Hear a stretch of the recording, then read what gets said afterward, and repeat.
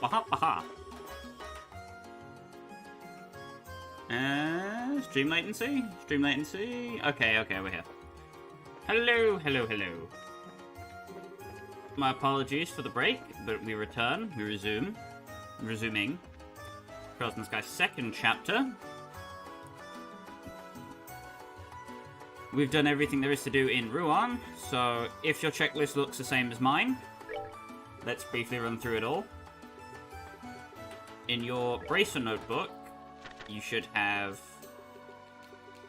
Come Ingredient Hunters, Sefel Tower Photo, Lighthouse Test Run, Vista Forest Road Monster, Gull Seaside Way Monster, Sunday School Lecturer, Cron Trail Monster, Orion Causeway Monster, Election Office Assault, and Recruiting Gamblers finished. You should have a total of 54 Bracer points with the F+ rank.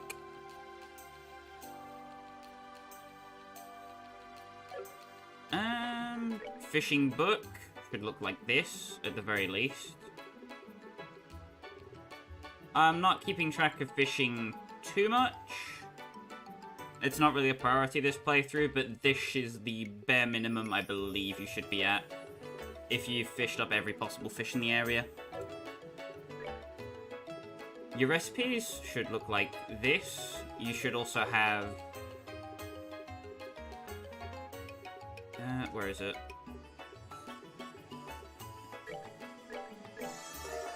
The Prime Salmon Grill, Royal Gelato, Azalea Kiss, Crimson Platter, Salt Roasted Fish, and Hot Potato Fry. So your recipe book should be basically full, except for the bottom part of this page.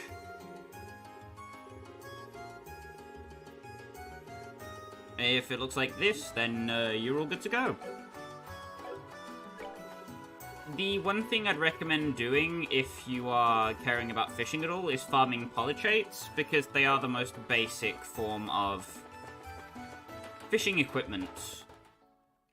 As such, the thing I would recommend farming on, if we head back onto the Gulfside Way, you want to go down and follow the path this way. If you stick to the coastline, you'll get to where the barrel was in first chapter, and you'll find this enemy. The Cure Stamper. Cure Stampers drop monster carapaces, which are needed for a couple recipes later in the game, as well as polychates. So if you are wanting to fish, but don't want to buy a crap load of bait that's going to be quite expensive, I'd recommend farming for it now instead of later.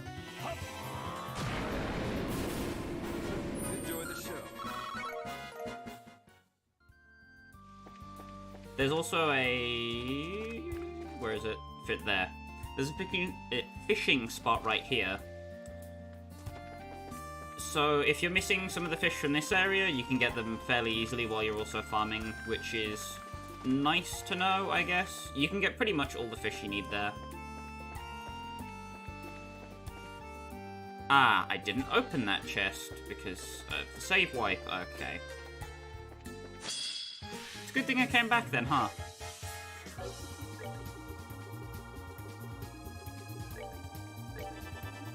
Anyway, Night Nautilus just goes down with a few spells. We've already been over this, so I'm not going to repeat myself too much. Just going to delete the thing, and then we leave.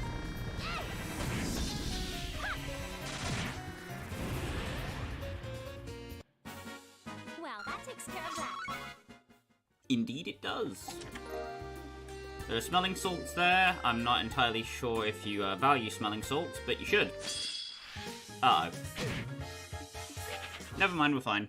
Whee! Never punished. Punish! Yeah, that was punishment. Oh well.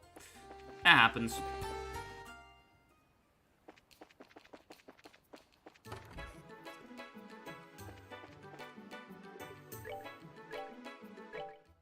$200 mirror down the drain. Anyway. if you want to farm money as well, we won't have access to the infinite mirror trick for a while, and we won't be able to come back to Ruan for a fair bit either.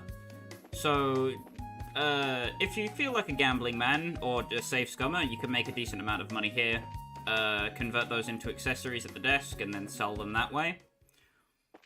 But either way you go about it, until we get the infinite mirror trick, the loop is going to be quite arduous.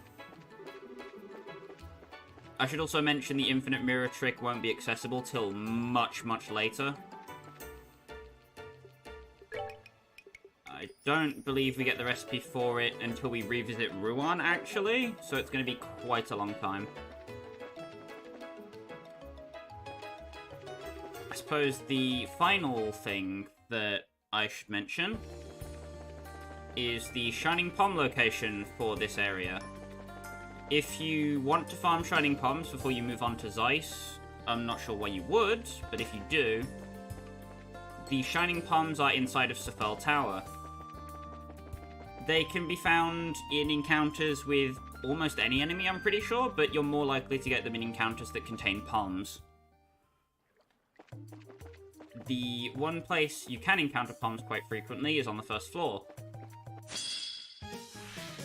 Case in point, Shining Palm. We're good to go. Now you notice that these ones are quite resistant to surprise cookies, as opposed to the original ones that we were encountering that were quite weak to them. I'm not sure if it's because these ones have higher defenses or what.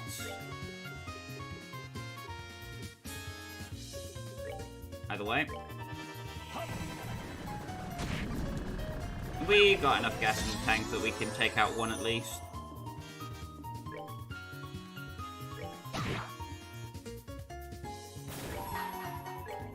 I wish I could have gotten it on the bonus Sepith turn, but it is what it is.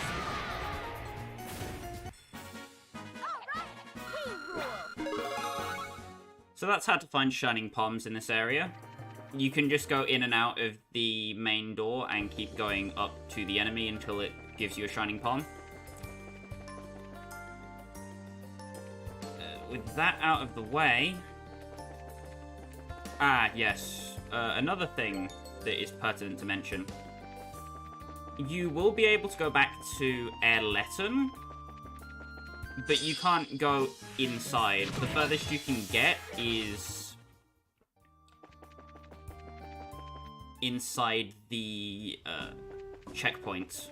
You won't be able to come out to this area, but you will be able to get over here.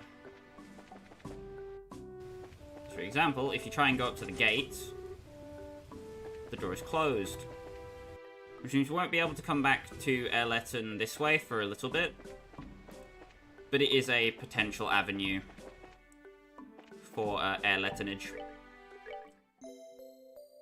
If you are so inclined to air out your Lettons. Regardless, I think that is everything that we can do in the Zeiss area. So if your setup looks something like mine, you should be good to go. Level 45 to 46 on everybody is pretty much recommended, as the enemies in the next area are going to be quite rough, and there's a particularly challenging fight that we'll have to do almost immediately.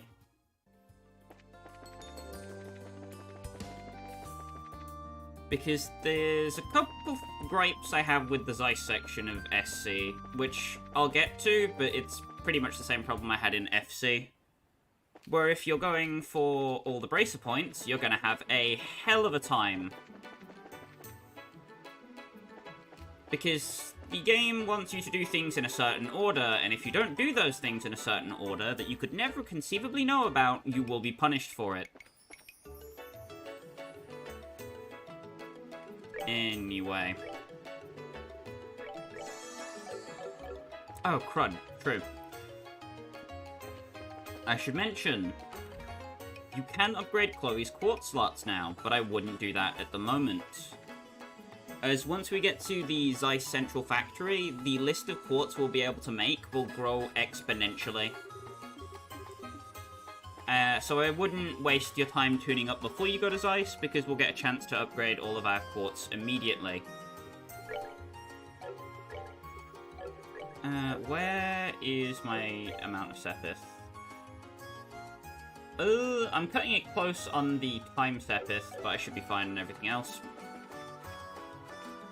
Anyway, there is nothing that we need to do in Ruan until the revisits. Just double checking. Okay, we're good. Alright.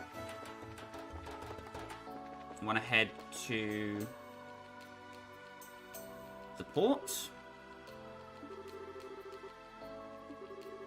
Uh-huh, that's right. We just got word from Jean. The guild's already paid your fares. Would you like to check in now, or...? We'll have to stick around and wait for the ship once we check in. You're all done here in Ruan, right? Let's check in. Alright. Just a little bit of paperwork for you to fill out first, if you don't mind. Sure.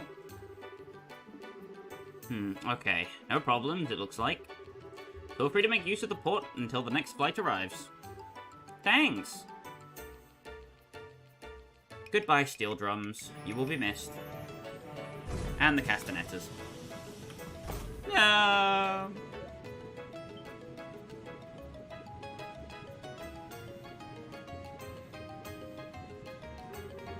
Alrighty then, off we go. Yes, let's. Hey, wait a sec!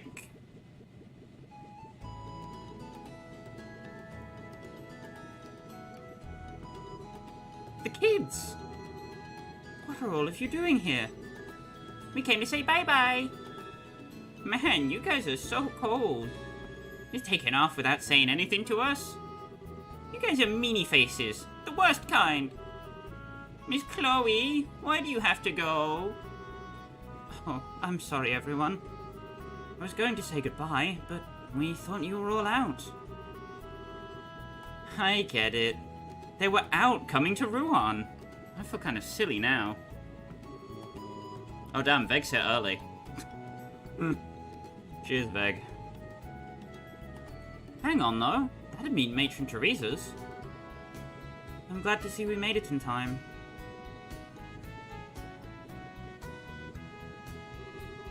Matron Teresa, and even Jill and Hans came. Well, duh, like we'd missed this. We cut it kinda close though. Thanks to the fact that you wanted to wait till the last second to keep it a surprise, Jill. Hey, all's well that ends well, right? Actually, it was Jill who let us know you were leaving. I thought it would be nice if we could see you off. And pay no mind to the old man in the corner. Oh, sir. Hey, Estelle.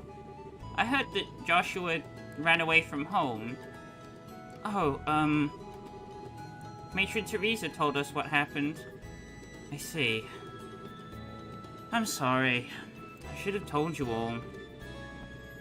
No, it's okay. We'll pray that Joshua comes home real soon. We'll pray to Adios every day. Promise. I'll pray too. If you come true if we all do. You guys. Oh, children. Thank you. I'll throw my prayers onto the pile too. Estelle, Chloe, you two be careful, okay?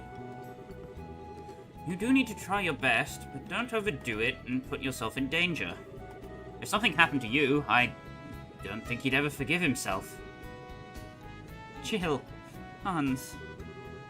Yeah, I'll remember that. Estelle, please look after Chloe.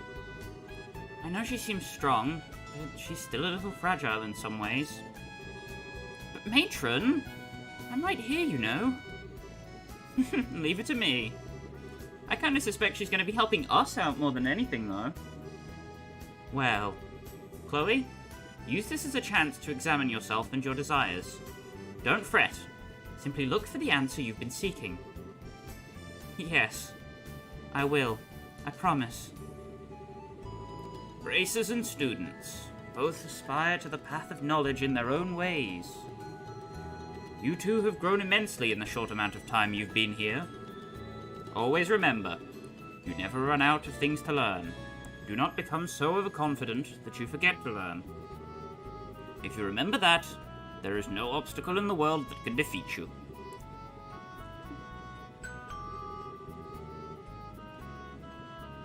This is the final boarding call for the Cecilia, bound for Zeiss. All remaining passengers should embark now. Whoops.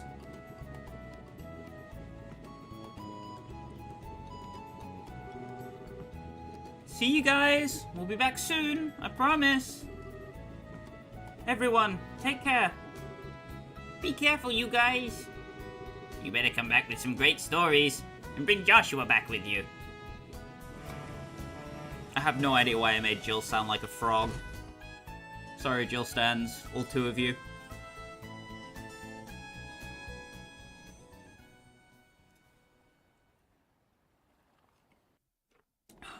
I'm a bit out of practice with quote-unquote character voices. So I apologize on that front, as I'm getting back into it.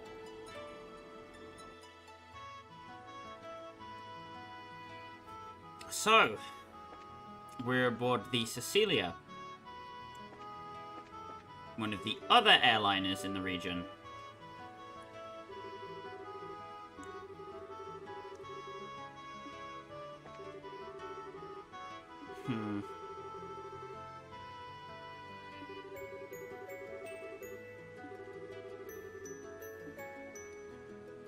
So you can talk to as many people as you like. However, you need to talk to the party members twice to get all their dialogue. Come to the front cabin and make sure you talk to Olivier twice at least, because he gives you the the third volume of Gambler Jack.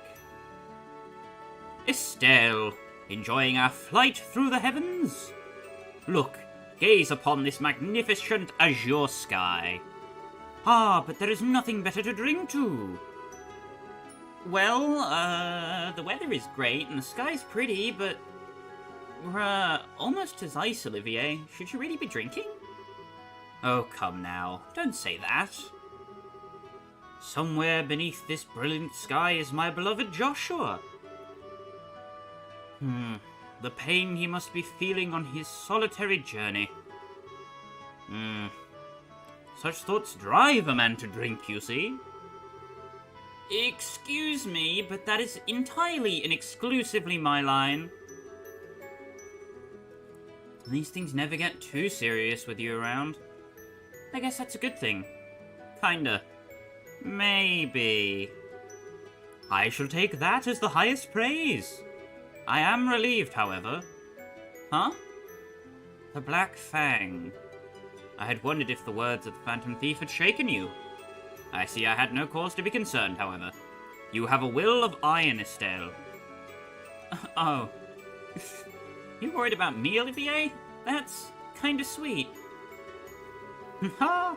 Remember, I am a wandering bard and poet, ever in search of that pinnacle of human affection. Maidens in love shall find no greater ally than I. Well... Ah, please. I do not need a staffing today. I promise I was not teasing you. I actually find your relationship heartwarming. Those new clothes of yours, for example. You purchased them because you wish for Joshua to see you in them, yes? You look excellent in them, I must say. But thanks. What's with the embarrassing compliments all of a sudden? Besides, Shara got me these clothes as a present. Joshua, well, maybe he'd like them a little. What's with that look? Forgive me, that was just more than I expected. Let us leave that topic behind for a while, then. Come, Estelle, I shall treat you to a legal cocktail. I guess it is a bit tempting, but we're nearly to Zeiss. Try not to drink the whole bar yourself, Olivier, or you'll pass out and miss our stop. Ah, don't you worry. I only lose myself in drink when it is poured by a lovely lady. Do you realize that's not something to brag about, right? On that note, Estelle, would you like to read a certain book? It's very interesting, although it is banned in Erebonia. A band? If you're trying to push smut on me, Olivier, I swear to Adios. Not at all. It's a pleasant novel set in the Calvard Republic. But alas, our noble imperial overlords have deemed it improper for our education, so you cannot find it in the Empire's borders. Oh, I see. The Empire's kind of a hard place to live, huh? I'd heard reports of its quality, and now I finally had a chance to read it. Everything I'd heard was true. It is most excellent reading. Huh. Neat. What kind of story is it? See for yourself. I'm quite done with it, so go ahead and take it. Really? Cool. Thanks.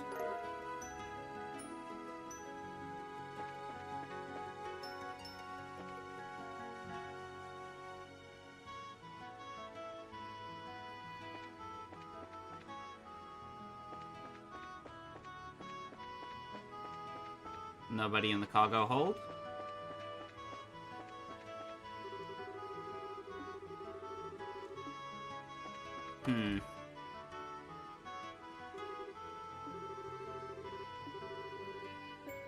Captain seems to be understanding everything's chill. We don't have a special relationship with this captain, unlike the one on the ship that was captured by the Sky Bandits.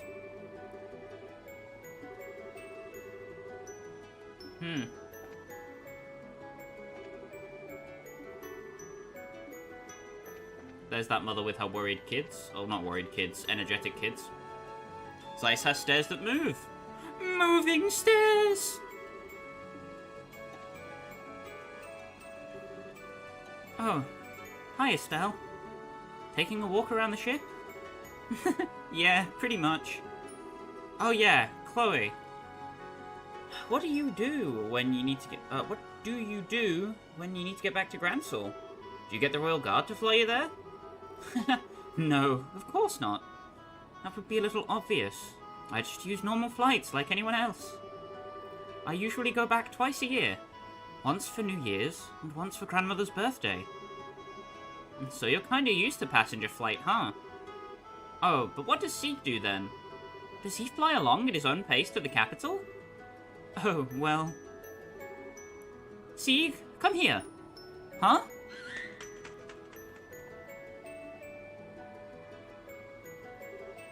Whoa!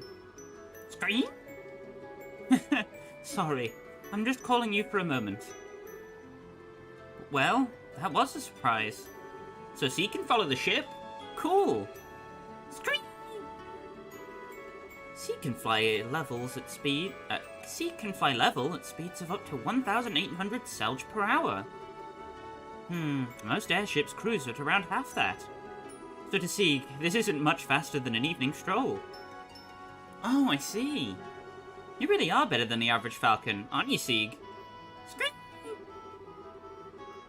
Seek's speed is the reason he's so useful for contacting the Royal Guard. If for some reason I can't use powered communication, nothing in the country can carry a message faster than Seek. I thought so. I remember how fast you got in touch with Julia during that thing with the mayor. The wind feels so nice. With weather like this, Zeiss is going to be lovely.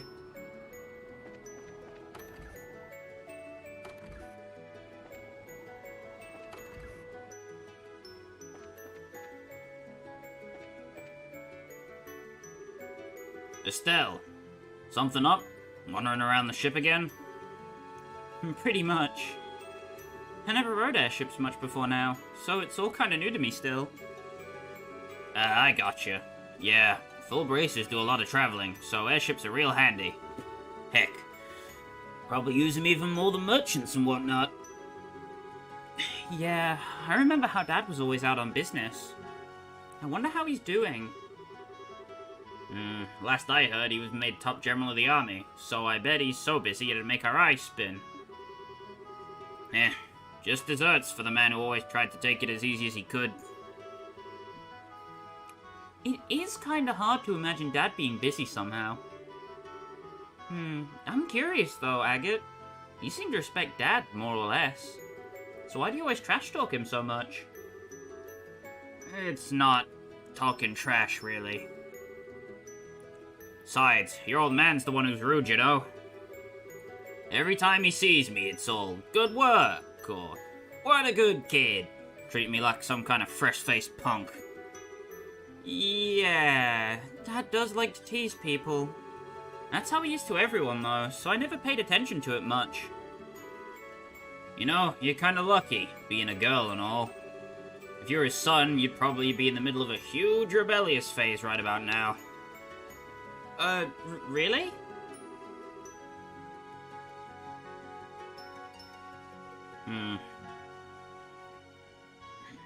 A father is some sort of wall for a son to overcome, you see. Going up against a wall the size of Cassius? Yeah, that'll lead to one hell of a complex, I bet. Well, I guess it's more of a guy thing, but... Does that mean you've got a complex about my dad then, Agate? Oh, I'm sorry. I didn't mean to pry. Just leave it. You're just like your dad. Anyway, Zeiss is coming up. We're getting off soon, so don't wander too far.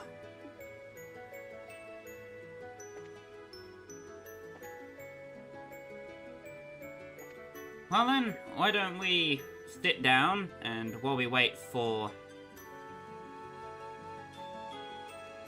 the plane to land, let's take a look through some literature, shall we? Olivier was nice enough to give us a book. Let's work our way through it, shall we?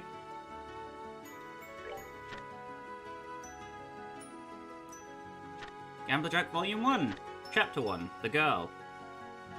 The Calvard Republic. There's a city in this country, a place where migrants from the east have recreated their homeland down to the bright, lacquered tiles. Nicknamed the Eastern Quarter, it's a vibrant place, bustling and hot. Orbo buses trundle down the main street, lined with with stands of fragrant Eastern cooking, as the welcoming cries of sellers rise and fall over a crowd of travellers from every nation. The place where the cultures of East and West meet. Yes, it was a place that wore the mantle well. On the north outskirts of the town was a little rundown bar. Doubtless, it had been fashionable once, but now the plaster was crumbling, and what doors were left barely fit their pitted frames. Of course, such a seedy place attracted clientele to match. To the lawless and violent, it was home. Sorry, looks like mine went again, said a low voice that echoed throughout the grimy room. The voice belonged to Jack. He was of medium size and in his early 30s. A man in his prime. The frayed shirt he wore had seen better days, but the accessories adorning his body were of obvious worth. None of them were right for a man like him. Just like the blue glint in his eyes. Compared to the dirty, poor, and desperate thugs around him, he looked out of place. Jack was always to be found at the bar, gambling or sharing around with the dregs of the town. Sometimes fighting, sometimes drinking. He passed his days in idle recreation. As usual, today found him hunched at the bar. He'd been deep in his cup since early noon. It was the same as always. Another day just like any other was stretching out before him. And into that familiar scene cut the shriek of the door opening. A new customer stepped into that same old bar. But who was this new arrival? It was a girl, unlike any other he had seen before. The girl strode into the bar. Chapter 2, The Offer. The girl strode into the bar and closed the door without turning a reach. There was no hesitation in her manner. It seemed her arrival was no accident. Her face was determined, but her confident entrance couldn't erase the lingering innocence of youth there. Even the best liar wouldn't try and claim she was more than 18. Dark brown eyes and hair suggested she was Eastern, but her nose and features made it hard to be sure. The girl slowly walked forward. With each step, her cute little knees peeked out from under the trim of her cut of her skirt. Her outfit was a design without any sense of decoration. It seemed her taste lay more along the lines of utility than style. Maybe because of the Eastern symbol necklace on her chest couldn't help but look equally unremarkable. The lack of volume in that area probably had something to do with that as well. It seemed like it'd still be some time before she really bloomed. An appearance bearing the signs of East and West both. and simple, unembellished clothes. The girl might have been the spirit of the Eastern Quarter made flesh.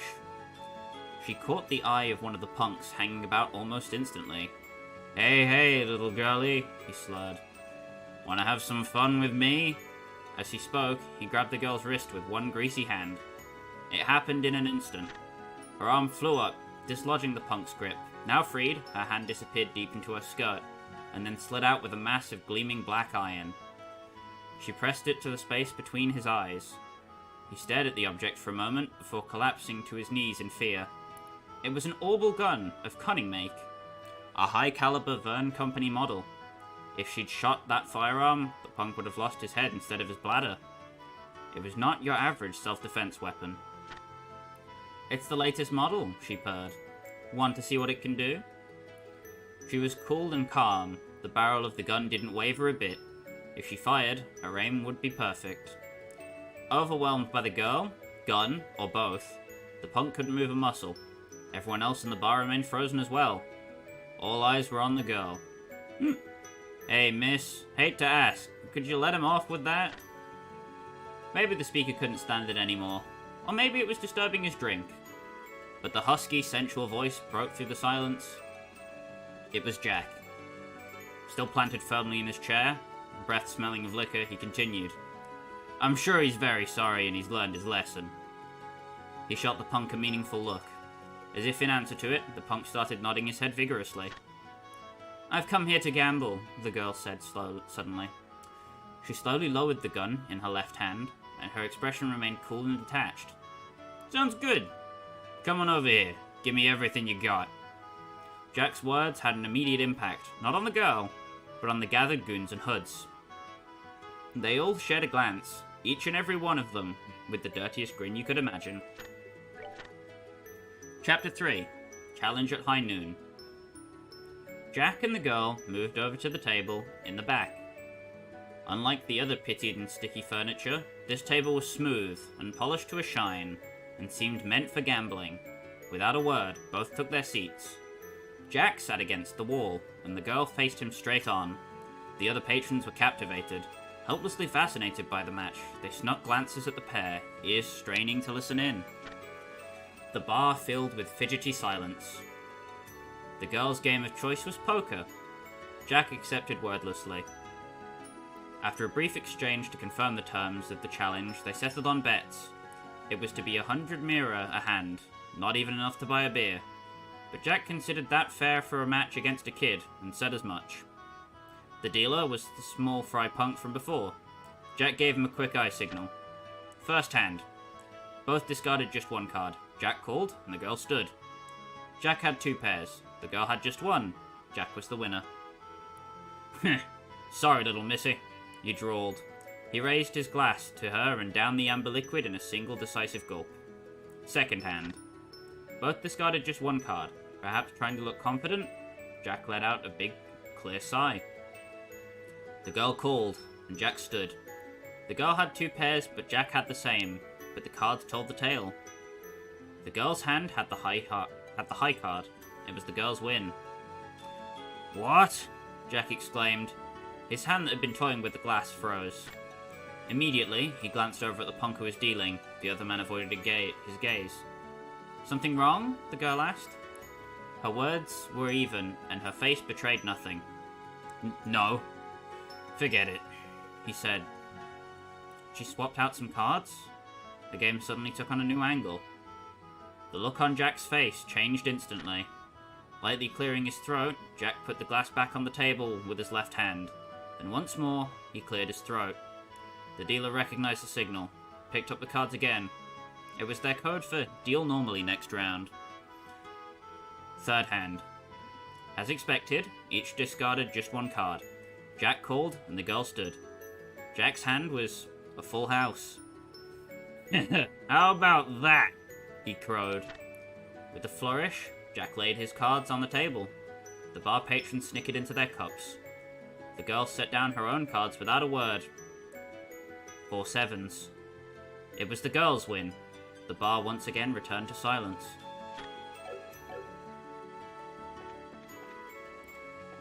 The stories that you receive are references to later games in the series, somehow, some way. Or references to prior events in the series. But most of them are fiction based on reality. When we get more volumes, we'll read again. And see what happens in the poker game, I suppose. Regardless, I believe we've been flying for long enough. Let's go and see if we've made enough distance to land. Case in point. Thank you for flying with us today. We will be arriving in Zeiss momentarily. Please be aware that there may be turbulence while landing, so we ask that all passengers take their seats.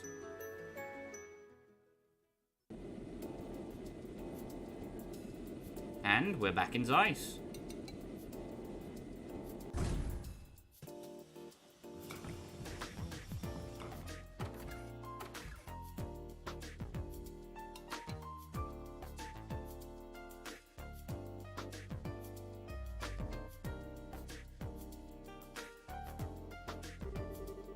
Okay, first stop for us should be the guild house here in Zeiss.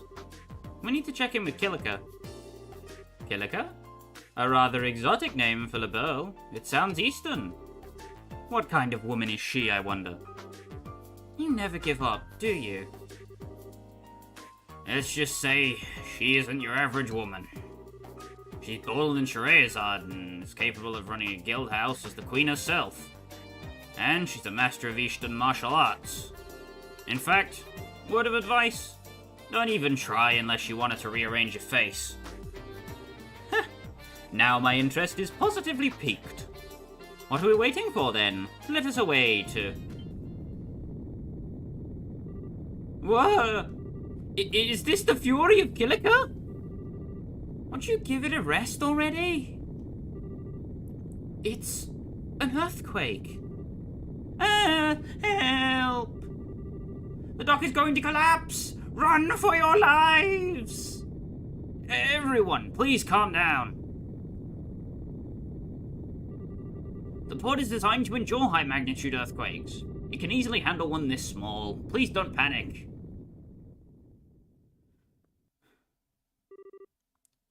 It stopped. Thank Hades, that's over. Everyone, please come to reception in an orderly fashion. Let's not panic. Oh man, it's been a while since I was in an earthquake. That was so cool!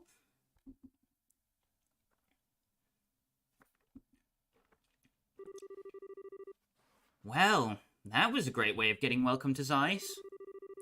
It wasn't very strong, but attention, world. Please wait until I'm not on scaffolding before you shake again. Love, Estelle. I'll sign that letter too. It's rare for us to get an earthquake in the Burl, though. Really? Yeah, hell. Can't remember the last time I felt one. Let's get to the guild house, see what the damage is.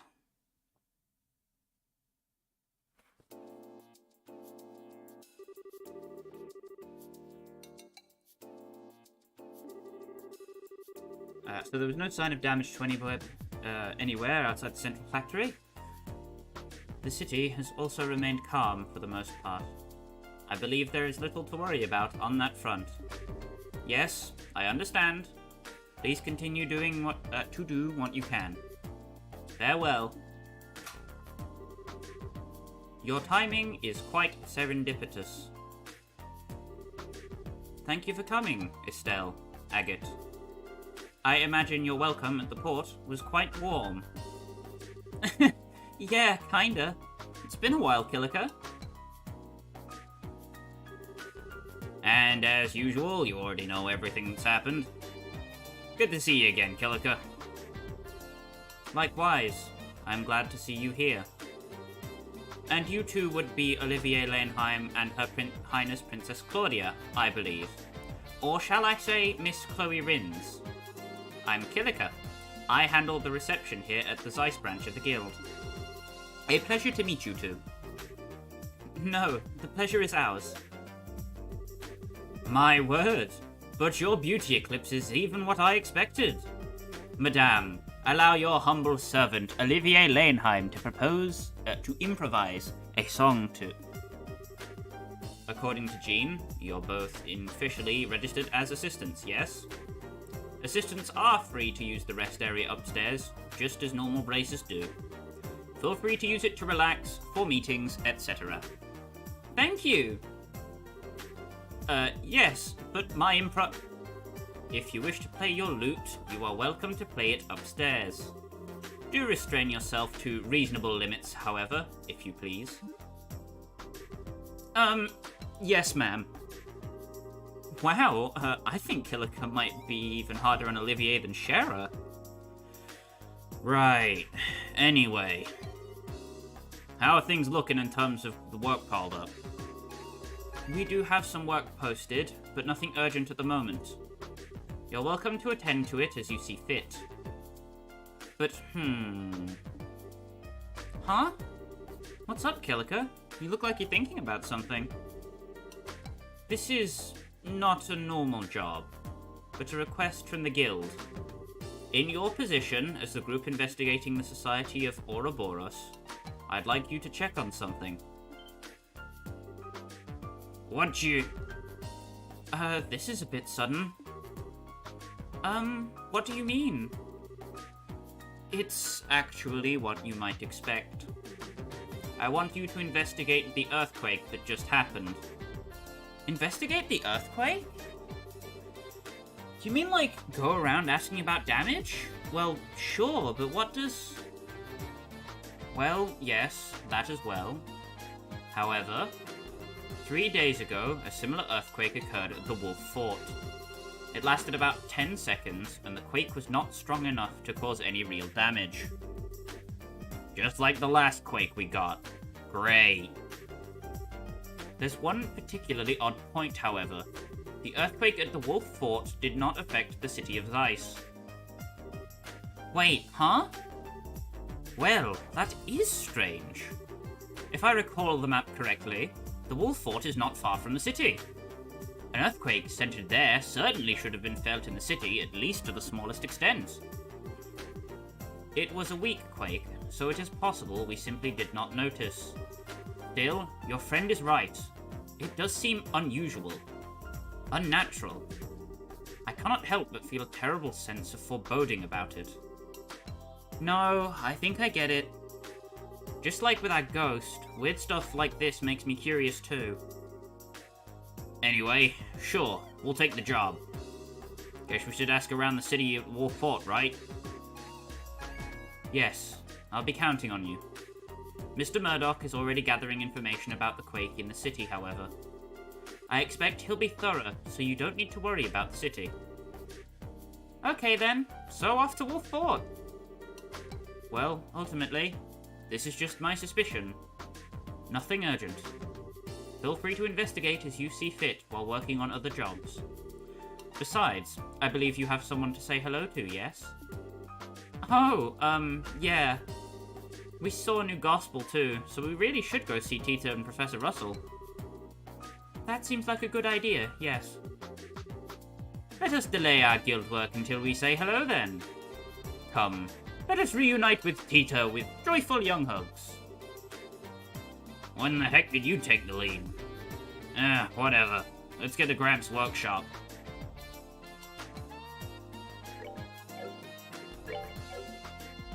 I believe it pertinent for Olivier to take the lead after that.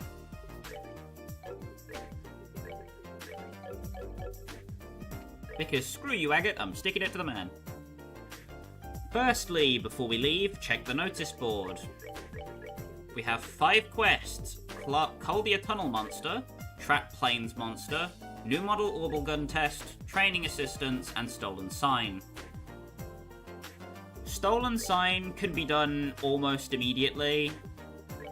New Orbital Gun Test is just a back burner thing that you'll complete as you go along. Training Assistance is that boss fight I was mentioning. Caldia Tunnel is annoying, but we'll be able to deal with it fairly quickly. And Trap Plains is also fairly simple. Regardless, it's about time we head out into the city. Particularly, the first thing I would check up on is not arms and guards, but Fogel Bar.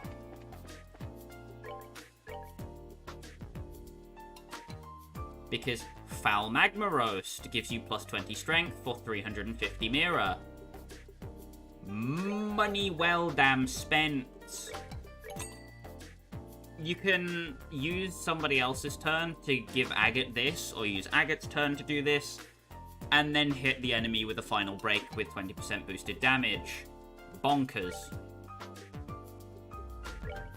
Fruit Kingdom is not the best item ever, but here's the kicker. You can buy Tomatario sandwiches. They finally perfected the recipe they were working on in first chapter. You'll notice that we did a side quest where we introduced this guy to Tomatario sandwiches, and now he sells them. These are, bar none, one of the best CP generating foods in the whole game, and will hard carry your ass. I'm only buying 3 for now because I don't need that many, but you'll want to come back and buy more before we leave Zeiss.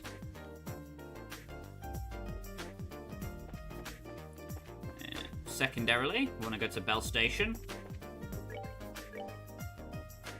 Get Le Bell News Volume 3.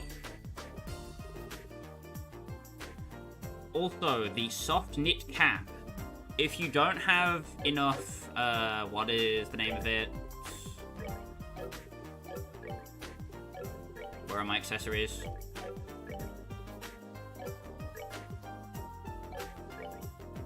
If you don't have enough T-anklets to prevent freeze, you're going to want to get a soft knit cap here.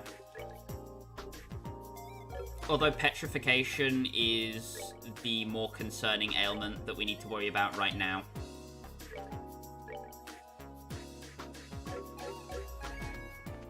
So, with all of our purchases out of the way for now, we're gonna make our way up. Never mind, I forgot to get Tita. Oopsie doopsie.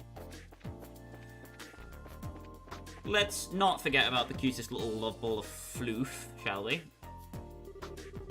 Huh? Are Professor Russell and Tita even in? No and Russell. They might be at the central factory. Grandpa! The second floor's cleaned up. Thank you, Tita. Could you organize the parts next? Okay. I don't think we have to worry about finding them. Sounds like. Come on.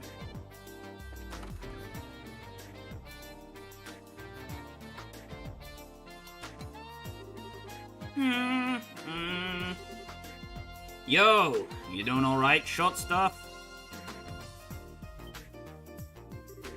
Huh? Agate!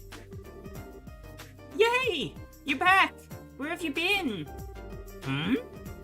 I do believe my work is being disrupted by a big loud oaf with a sword the size of an airship. I can always just stop visiting, you know. Still, good to see you two again. Place is a bit of a mess, though. Let me guess, that little shake-up knocked everything over? Yeah, sorry for the mess. Hiya, everyone. What? Sorry I haven't been in touch. Estelle, hello. Estelle! What, Tita, what's... It's really you. I thought you were gone forever. Wait, hang on. Gone forever? I'd never do that. But I heard Joshua ran away, and then you left the country. I thought I was never gonna see you again. Oh, Tita. I'm sorry. I shouldn't have left without saying anything. As I recall, Cassius sent you off to that racer school in Le Mans, didn't he? When did you get home? I got back just a little while ago. I was working in Ruan after getting back. I only just arrived in Zeiss. I see. Well, welcome back. Ah, wait. The two with you. Hello, Professor. Tita. I'm sorry, I've been out of touch as well. Pardon our intrusion, good sir. Chloe, Olivier, everyone's here. This is wonderful. They're helping us out with our investigation. A lot of stuff happened in Ruan. Well, let's get comfortable and here's the story, eh? Come, I'll show you to the living room. The true force behind the coup is on the move again. And they had another gospel with them. Troubling. A holographic projector that can show an image all the way across a region? How is that even possible? Well, the concept of a projected holograph is nothing new. I've been kicking around ideas for pulling it off my shelf even. But a device that can project a lifelike three-dimensional image great distances away from its origin point. I can scarcely even imagine the physics behind such a thing. That widow we fought said something about an experiment with a new gospel. It did seem bigger than the one from before, but it didn't stop our ordnance. Oh yeah. Speaking of, how's the gospel we captured in the coup? You figure anything out about it yet? About that. The more I investigate the little enigma, the stranger it gets. Stranger? Yes, let me start at the end actually. I'm convinced the orbital shutdown phenomenon is not a function of the device itself. What? But that black orbment has stopped other orbments dead in their tracks. We've seen it, Professor. You've seen orbment stop in its presence. That isn't quite the same thing, milady. No matter how I look at it, the quartz in the device simply cannot actually do that. It certainly warps orbital fields. Oh, how it can do that. But suppress them? No. Warp orbital fields? Oh, orbital field refers to the electromagnetic field generated by an individual orbital device. With normal orbments, you can describe an orbital field by drawing its field lines, and those follow very specific rules. When Grandpa tested the gospel, though, its field didn't obey those rules at all. This is going a little above my pretty little head, I'm afraid. Yeah, afraid not much is registering. In layman's terms, it's warped orbital field that doesn't obey the laws of such things as we understand them. Regardless of that, though, ultimately, an orbital field amounts to nothing more than orbital energy in an area. Unless you were to apply a very specific direction and purpose to them, you shouldn't get the orbital shutdown phenomenon regardless. To be honest, I'd been utterly stuck on this, but with your report of this holographic business, I may have an idea. Thank you for letting me know. Well, I'm not sure how that was useful, but you're welcome? The Royal Army ought to have possession of the hologram thing the enemy was using. If you want to have a look, get in touch with them. I may just do that. Speaking of which, what are you going to be up to now? Will you be working in Zeiss for a while? Oh yeah, about that. Shokilika thinks the earthquakes. Well, it is true the earthquakes are rare here in the Burl. And she's correct about the quake at Wolf Fort. 3 days ago? I think Miss Killiki's right. I don't remember Zeiss getting any tremors at all. That is kinda weird. Well, it's an unnatural phenomenon, so I kinda doubt the society is involved. It's still pretty weird though, and we'd like to figure out what's going on. Indeed. Earthquakes, I wonder if it would be useful. Huh? Gramps, if you haul out another weird invention, I swear. Well, I do have something in mind. But then how would we... Wait, transmit the data back here using and... Then hook it into the capsule, of course! Haha! Yes, it'll work perfectly. Professor Russell, could you keep the rest of us in the loop? Don't worry. I need to check a few things regardless before we start. I'd recommend heading to the Vault Force and learning from them what happened. I'll see about preparing you a little something useful for when you get back. Well, I definitely won't say no, but... What little something are we talking about here? Ah, that had spoiled the surprise. Just you wait. Now, if you'll excuse me, I need to get to the central factory. Just have to browbeat Murdoch into going along. Tita, would you mind helping your old grandpa? Oh, sure. Estelle, Agate, I'm sorry. We finally met again after so long, and it's okay. Don't worry. I'm just happy you got a chance to see you again. Estelle. Hey, no tears now, kiddo. Besides, we'll be here in Zeiss for a little while. We'll have plenty of chances to see each other later. Just you wait. Yeah. I'm sorry we couldn't give you much of a welcome. Don't worry, Tita. Fear not. We shall stop by again. Perhaps on that day, I too can be greeted with such moist, welcoming eyes. And on that day, you'll have 2 black eyes. Anyway, see you later. We'll contact the guild once we're ready.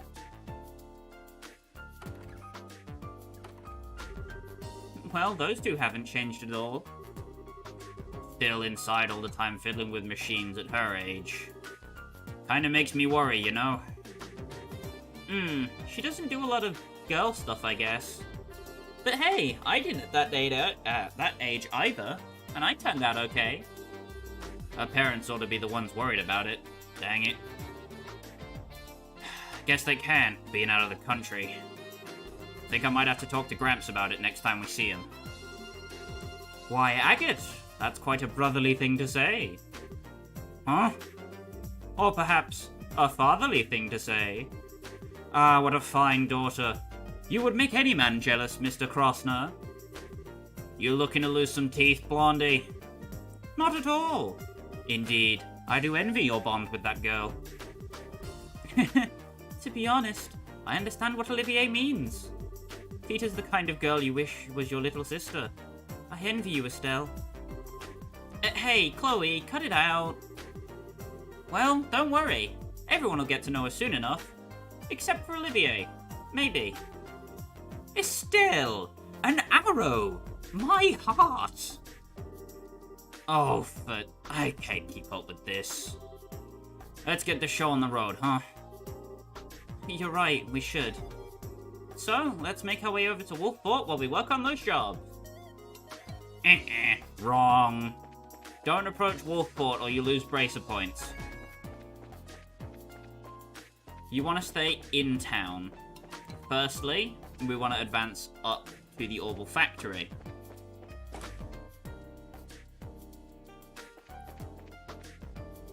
And then, check out the new quartz. We finally have a use for our Earth Quartz. Poison, Mute, Defense. We have access to Mind and HP 2. We have Attack 2. Oh, hey, Water, what's up? We got Evade 2, purchasable now. Impede 2, Sleep. Action 2, Cast 2, EP Cut 2, EP 2, and Hit 2. So, let's get to work, shall we? You want at least 1 EP Cut 2. We want to have 2 Cast 2s. We'll get an Action 2 later, just by proxy, so don't worry too much about the Action 2. Impede 2 is not that important. We do want an extra seal, though. Oh, I'm dreading Mueller. When I get to Mueller, I'm going to be in agony. Because it's going to be Sylphan Guard plus RNG. Because the art setup for the character that you play as for that section, trying to avoid spoilers, touch wood, is going to be very restrictive.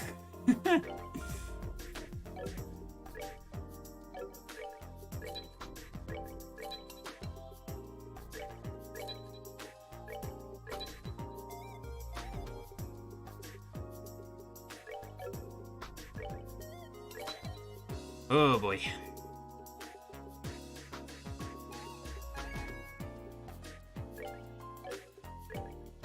Anyhow, we already have the EP2s, so we need to get the hit 2. And let's do some quartz retooling, shall we, while we're here. We'll be getting access to Tita slightly later, but for now, we want to retool Olivier's quartz setup. You can reduce his dodge chance to 0, which is quite funny.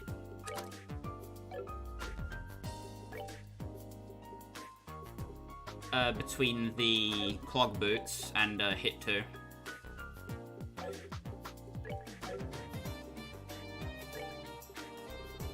Regardless, we want Septium Vein and Absorb.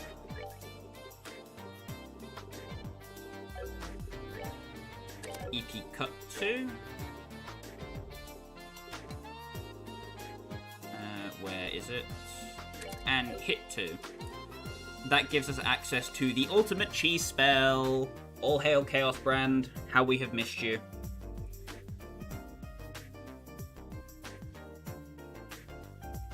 You also get Silent Cross, which debilitates, which basically just means it cancels arts and crafts that are being cast, which is very handy for a couple things coming up. Want to get that cast too.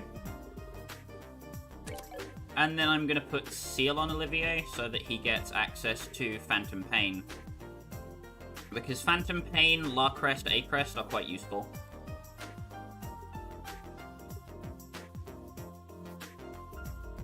We will have access to the multi-target version of Saint soon, but not at the moment, as that's going to take some working on. Now we have a cast 2 spare, we can put that on Chloe, so her heals will be going off more frequently. And I believe that's almost everything.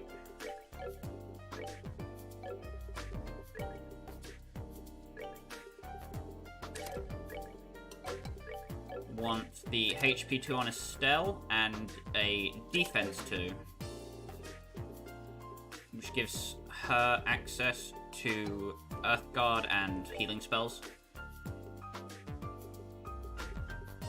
You can get access to more stuff if you want, this is just what I'm rolling with for now.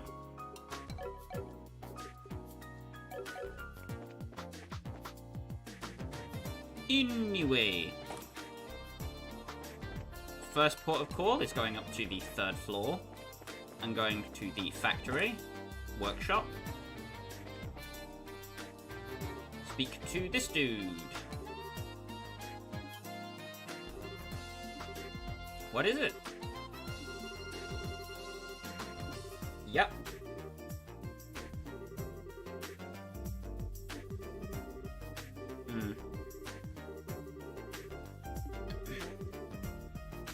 So, he wants us to test an orbital gun. This is basically the same as the Strega quest from first chapter, if you remember how that one goes. We just need to speak to him, pick up the gun, and then Olivier can use it while we're in combat and fulfill the requirements. Well then, let me explain. As you know, my request is a test of an orbital gun. I want you to check the reliability of this gun through live battle. Check the reliability? To put it very simply, I want you to test its endurance. All machines have failings you'd never know unless you use them. The causes of many problems are usually things no one even imagined during the development period. I want to pinpoint any hidden weaknesses and strengthen the reliability of my gun as a weapon. That's the goal of this test. I believe I understand the intent. To use a bit more specialized term, you want a combat demonstration. Yes, exactly. Incidentally, are you the shooter who'll be doing the test? Ha! It is a singular pleasure to meet you. I am the roaming poet and musician, the indomitable hunter of love, the one and only Olivier Lanheim. Hunter of... Just ignore that. Sure, he might be a total weirdo, but his skill with a gun is legit. Oh, what's that? Did I detect a slight imbalance of emphasis on the former part of your speech rather than the latter? Well, what does it matter? Everyone acknowledges your skills. I see. Well, in that case, I guess I'll trust you. Haha! Consider yourself without fear, my good man. Will this really be okay? Anyway, for now, here's the gun. The O-type Orbital Gun Alpha. That's the gun I'd like you to test. As thanks for coming, I'll let you have that gratis. Well, that is a most generous gift. Still, this gun. It's got a somewhat unique structure. Of course it does. I'd be more upset if you're familiar with it. After all, the drive portion of this is a new model I developed. How about it? Think you can handle it? But of course. I'm sure that this gun will play a most beauteous harmony. Be great to hear. If you're done stroking that gun, Olivier, we'd like to know more about the job. We still haven't heard exactly what we should be doing. Oh, true enough. Well, please go on. It's more or less as you said. Basically, I want you to wield this gun in live combat and then come back with the results. I'd like for you to test it over on the Trap Plains Road. That way, even if trouble comes up, it shouldn't be too much of an issue. Understood. The Trap Plains Road. At minimum, I'd like you to fight 10 battles. Of course, I want you to fight them to the end. Fleeing over and over wouldn't be much of a combat test. Let me check then. Go out onto the Trap Plains Road equipped with this gun, then fight about 10 battles to victory there.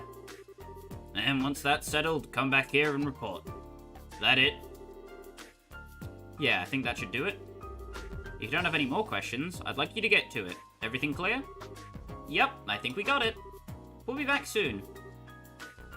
Olivier, I'm trusting you. Worry not, I never disappoint.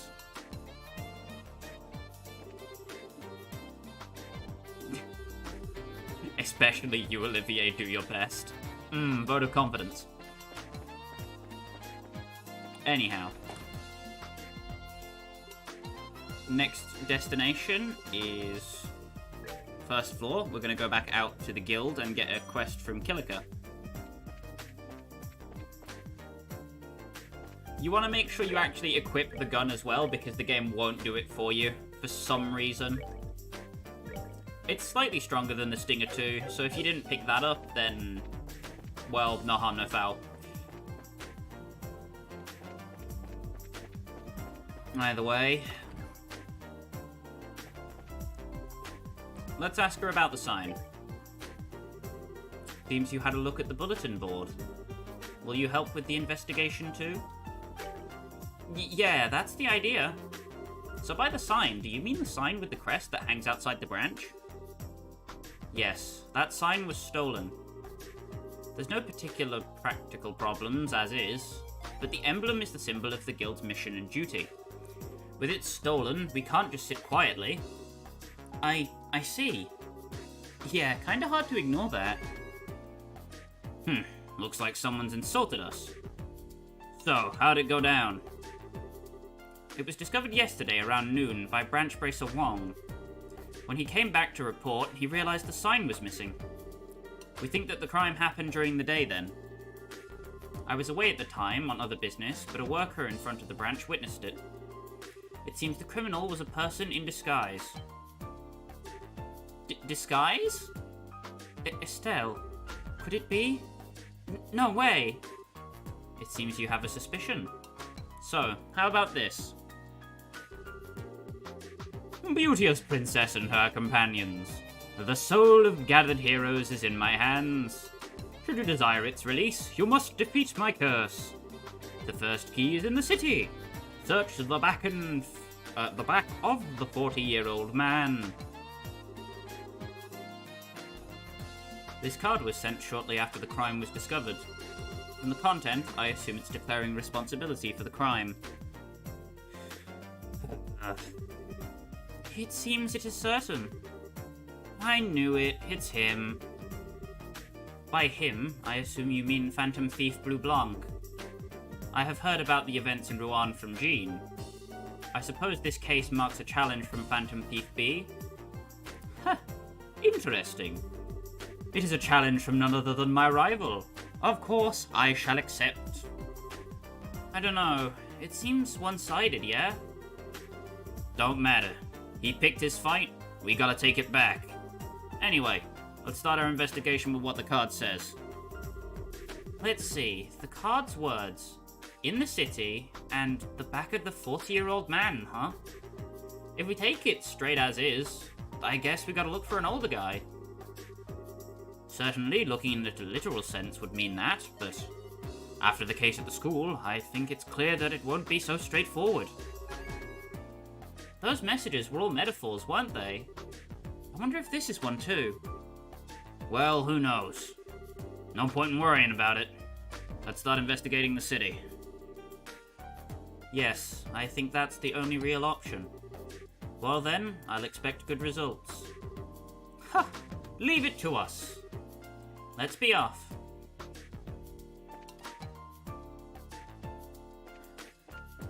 So, the 40-year-old man.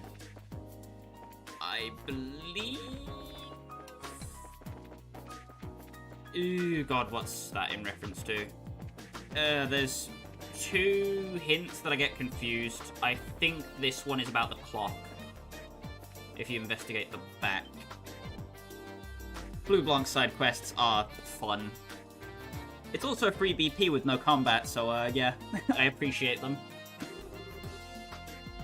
Olivier, did you find something? Look at this! No doubt about it. This card has got to be his. So, what's written on it? 1 second.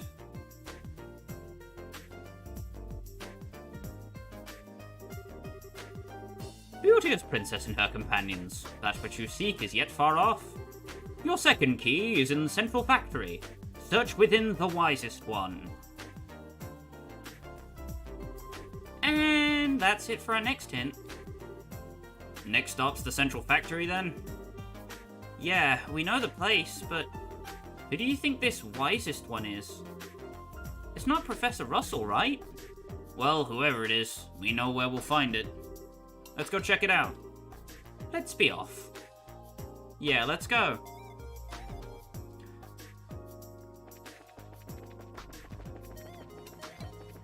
So if we head up to the central factory and go to the 5th floor, not the roof, damn it. Ah well, same difference. If we head up to the 5th floor and you interact with the Capel,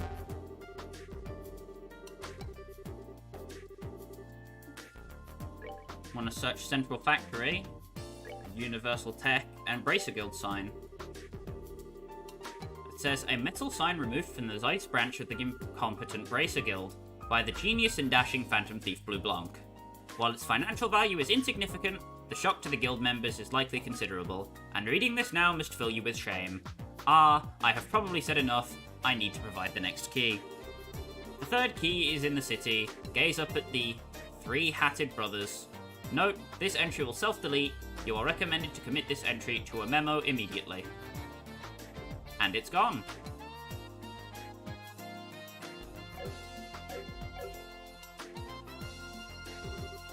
Hey, why the heck is something like this written in the Capel?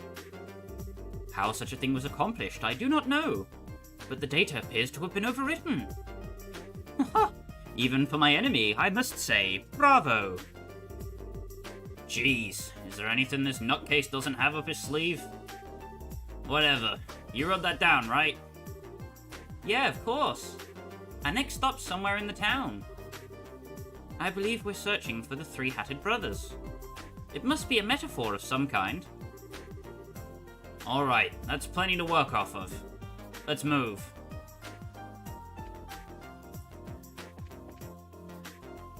So the 3 Hatted Brothers refers to a location in town, but also not.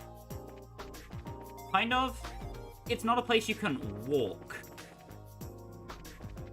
You need to go to the outside of the Gorgle Bar, but on a specific side. I think it's here? Yes. Investigate the chimneys? Hey, don't you think this could be the 3 Hatted Brothers? If you're not turning your camera around, this one might take you a while to find. All three are at different heights. I see. Perhaps this is what was meant by brothers. Seems like it's the only building with 3 chimneys at different heights. I'd say it's possible. Why don't we check it out? There was a card stuck to the chimney pipe. Alright, found it. The door has already been opened. Let the souls of heroes descend into the quiet earth. Raise your voice high and chant to the goddess, C26D/E. I think this next step is the last. Please let it be the last one. Still, chant to the goddess in the quiet earth of all things. Quiet earth is probably exactly what it sounds like. Somewhere underground. Problem is, goddess and the incomprehensible part after that. Well, for now, let's go underground. The only place I can think of when you say underground in Zeiss. Yeah, let's get going. So if we shimmy on back to the central factory, we can go into the Caldia tunnel.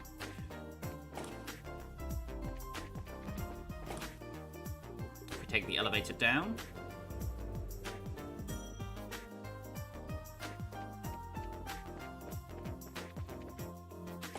We do want to take a small stop. Well, I should bring that up later so the chapters don't get too confusing.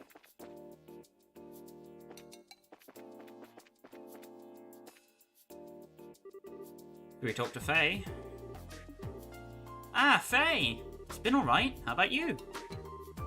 Things are crazy busy here as always. Thanks to you, I made up with Ruan. So I'd say my life's pretty good at the moment. You here on the job too? Yeah, basically. So there's something we'd like to ask you. Oh, what's that? Could you look at this? The quiet earth, chant to the goddess, and a text string. What about it? We think it's talking about this spot, but there's parts we don't understand. We're asking you since we thought you might have an idea. So you think this message is about the basement factory? If that's the case, then... Did you think of something? Could this goddess be me?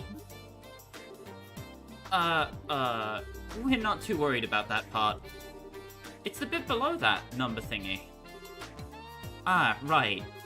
Right, this text string, C26D-E. From the look of it, I'd say it's a product ID code. A product code? Yeah, all the things in the warehouse are organized by these codes. So as long as you know the code, we should be able to call it up by using the conveyor. So could you call out this number? Sure, want to give it a try? Yeah, if you would. No problem, give me 1 second. This is Faye, got a moment? I'd like you to send item C26D-E over here. Yeah, C26D-E. Thanks, appreciate it. Well, you're in luck. They said they found something under that number. They're sending it out. It really was here? Seems like the person in charge over there was pretty shocked too. Now then, let's see what we get. Lo and behold... Bracer Guild sign on an escalator! It's coming over here, so see you later! Huh? The heck is that? Seems kind of familiar. Thank goodness. Finally found it. Oh, isn't that the Bracer Guild? Yep. Thanks. Appreciate the help. It was nothing really, but why the heck was the guild sign in our warehouse? Where do we even start? I'd sit down if I were you. It's a long story.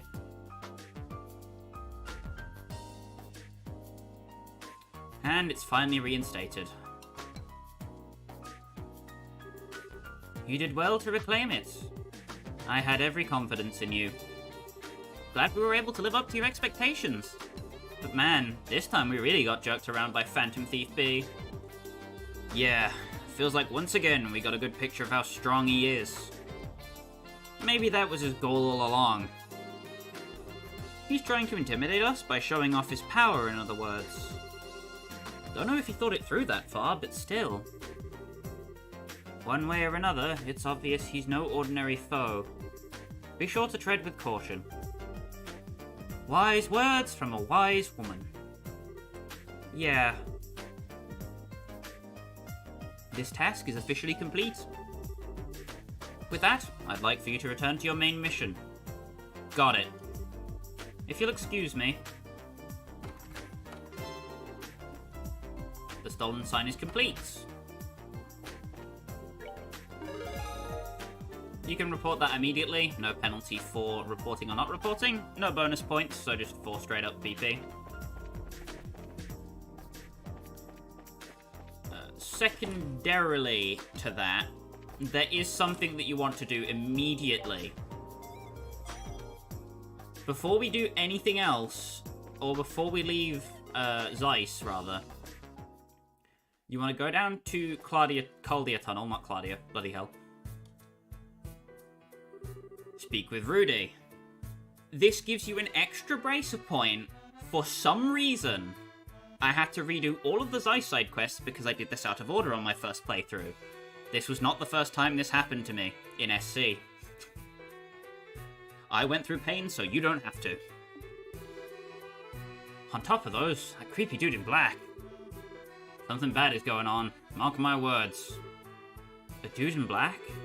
Did you see someone suspicious? Oh yeah, some weirdo came through here yesterday. Who's standing right over there, just looking. We don't really get a whole lot of people coming through here, you see, so it made me uncomfortable. Yeah, I'd say that qualifies as suspicious. You remember any details about this guy? Couldn't forget the dude if I tried. Okay, first, dude was huge. I mean, he was wearing a dark suit and gloves, right? But even then, I could tell he was ripped. And he had those sunglasses too, so he was like a horse on a freaking escalator. Sunglasses? What are those? You don't know? They're special glasses that block out the rays of the sun. You'll know them when you see them. The lenses are really dark. Wouldn't that mean you can't see what's in front of you? Nah, you can still see just fine. They're handy, actually. Still though, I've never seen anyone around here use them. Yeah, those should make finding this guy a cinch. Dark suit, dark gloves, and even his glasses are dark? This guy might as well wear a big suspect me of something. Sign on his forehead in dark lettering, I guess. We'd better go tell Killica about this. Yeah, good idea. We'll go check out the fort too, and report it all at once. So, I don't know what this is all about, but I hope I was able to help. Yeah, you were a big help. Thanks for talking to us. It's not all we can take care of down here, though. That's just a particular thing you'd want to get done sooner rather than later. Jet tortoise. Jet tortoise? Tortoise? Tortoise? Tortoise. A reptilian monster that likes warm places, uses earth-based arts. They have a decent physical defense, if I recall correctly. Yep. But very weak magical defenses. Hit them with what they're weak to, and you should be good. It's a bit dangerous to go through Caldia Tunnel this under level, but it's not going to get any easier for me. May as well.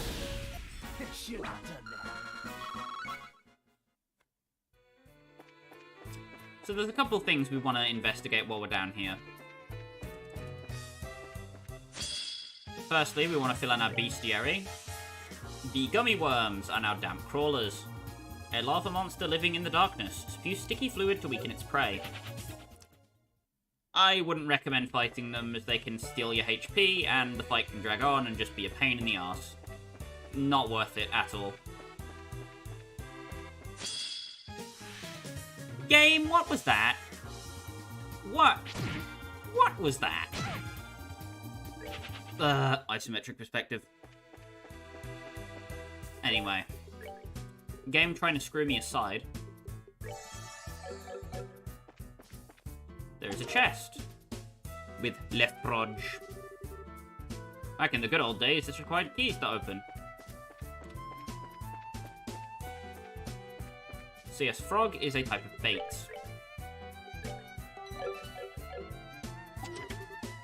Anyway, here's the big bungus. Or the big bungai, I should say. Don't do this chest if you're underprepared. Here's an example of why not.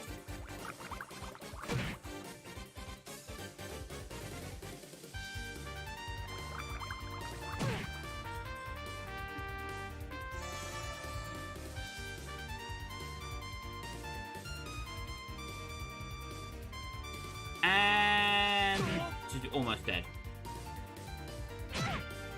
I am surprised I'm alive. Anyway, Berry Epitaph drops monster carapace and shrimplets. Giant anthill turned into monster nest. Fires powerful formitic acid and petrifies foes. If you don't have petrify immunity, get the frickle out, or you will die faster than you can say ah.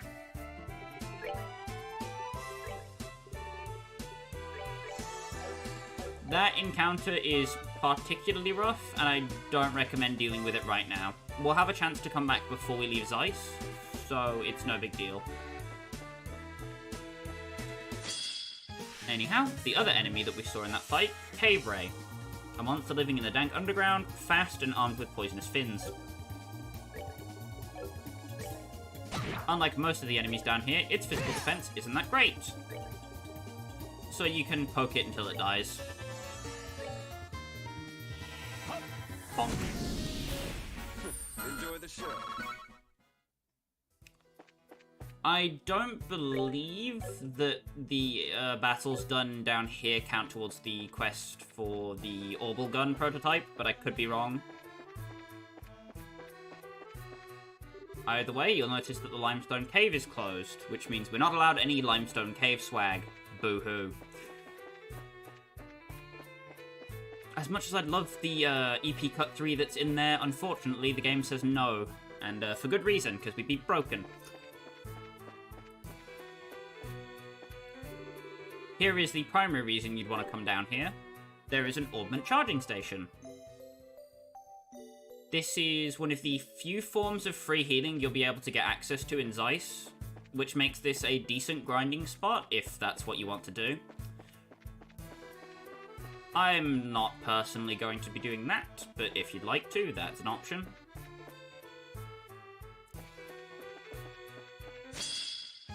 Whoop.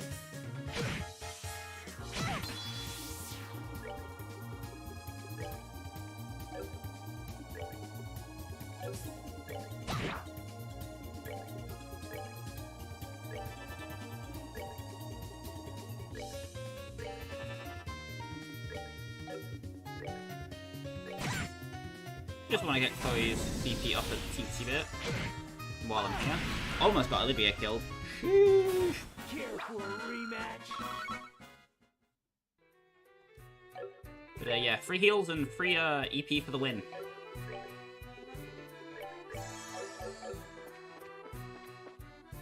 So we do have a map this time, thankfully. However, this cave will get very difficult to explore later, so you want to get as much of it out of the way as you can now. Not difficult, I guess, just annoying is the correct terminology there. Words.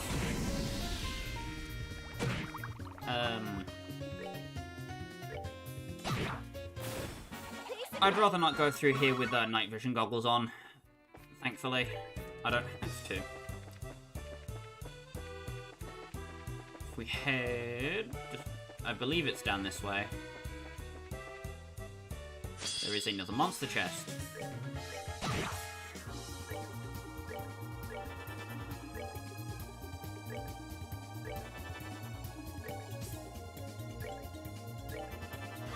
Hellgate. And dead. Enjoy the show. Spell levels up. Not much to that, though.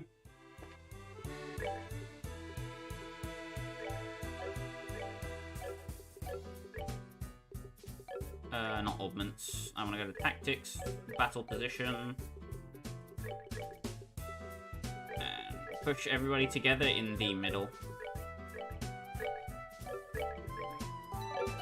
So I believe this is the one with something good in it. Oh, never mind, it's not even a monster chest. Whoops. I thought this was in the other monster chest. Damn. Okay. Anyhow, Gemini boots are female only, but they give you 55 defense and 1 move. Handy dandy. If you picked Agate, your female party members, it's just who you want the loafers and the Gemini boots on for now. If you pick Scheherazade, then you might have more of a difficult choice to make. I don't at the moment.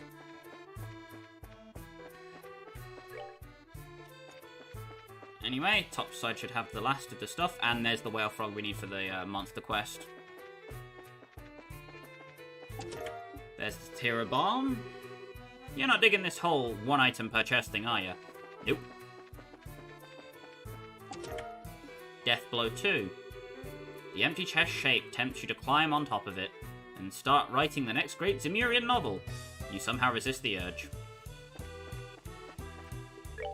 So, Death Blow 2 works the same way it did in first chapter.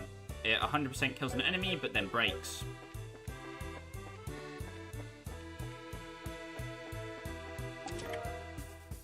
Grab the EP charge. As you close the empty chest, you weigh the pluses and minuses, staying in there to jump out and scare the next person who checks it.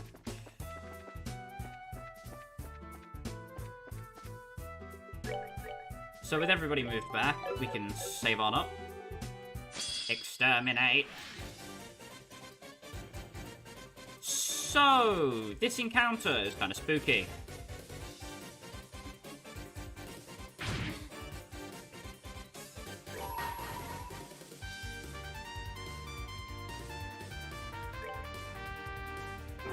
Final break in front of us immediately because these guys are dangerous. And Agate doesn't do that much damage. This should tell you for the kind of trouble we're in. If you conceal them and basically use them as meat shields, that makes this way easier.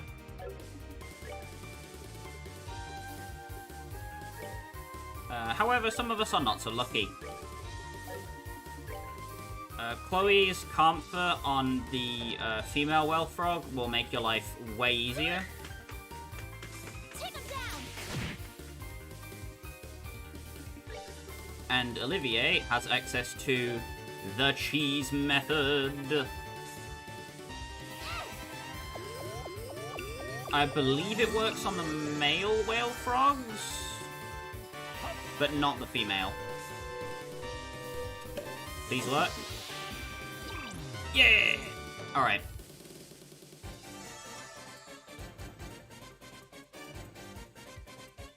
So the female whale frog is a problem because it can call allies.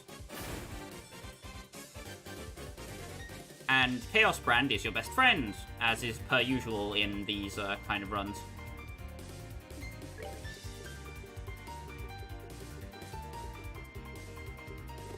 As for what we're doing with Estelle, I'm gonna ready up a latte just in case crap hits the fan. It shouldn't, but if it does, I'm prepared. Okay, cool.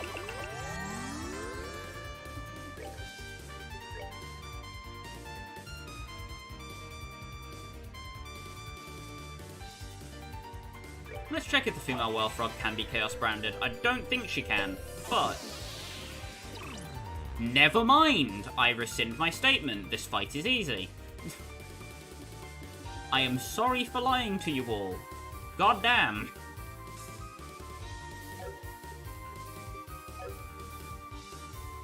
I just didn't expect it to actually work. Huh. Anyway.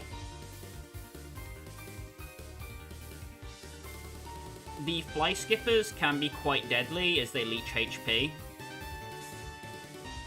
But if you don't let them get rolling, you shouldn't have too much of a problem. I'm gonna Hellgate that crowd.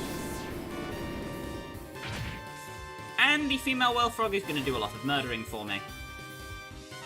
That's too many fly skippers. Uh-oh.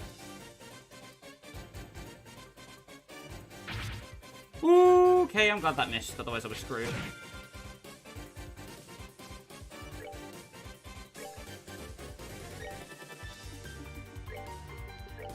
Wild Rage.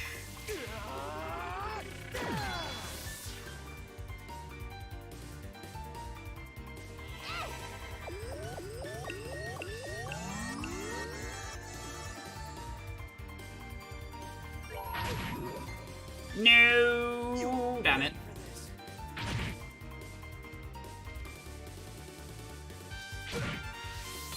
Damn it, damn it, damn it, damn it. That's not good.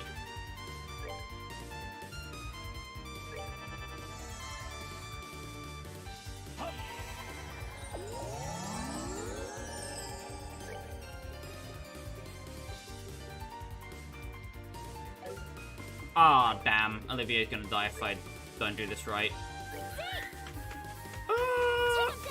Okay, no, this...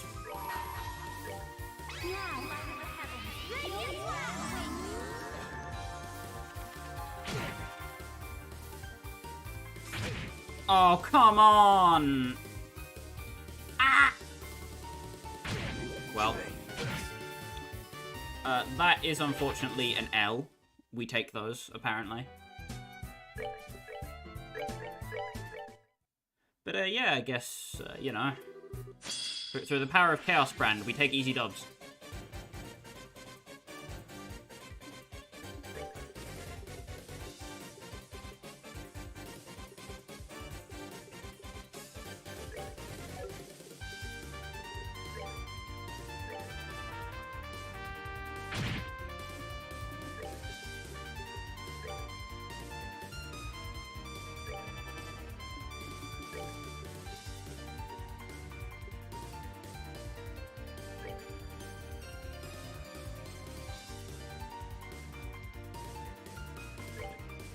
Damage.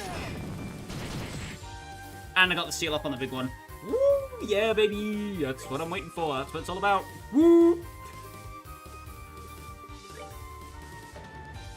Chaos Brand the ones that are getting up in my grill.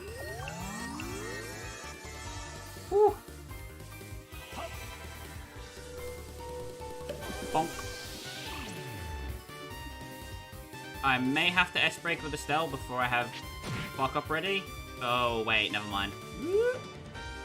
Okay. We good, we good, we good.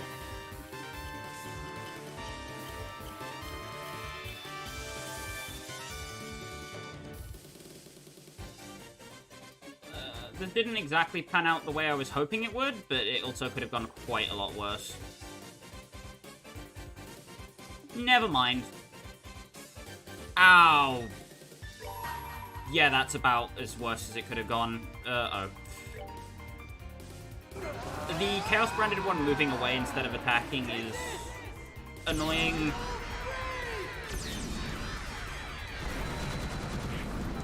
It's not unsalvageable, though. Unless I get super RNG screwed.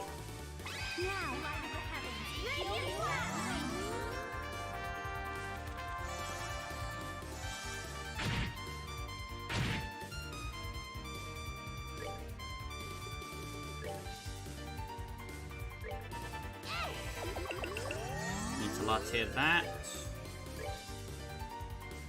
And Chaos Brand that healthy one. Okay. Whoppa. Uh-oh. Okay, the poison proc, which means we're alright.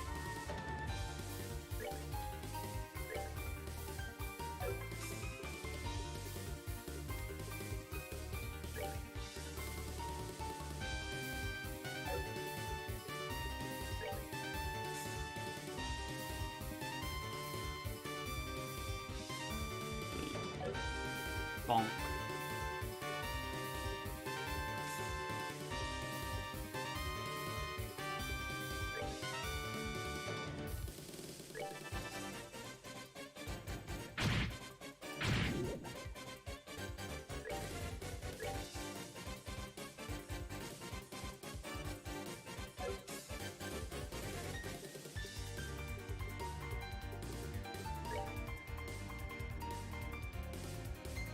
I'm gonna go for a Hellgate on the main route.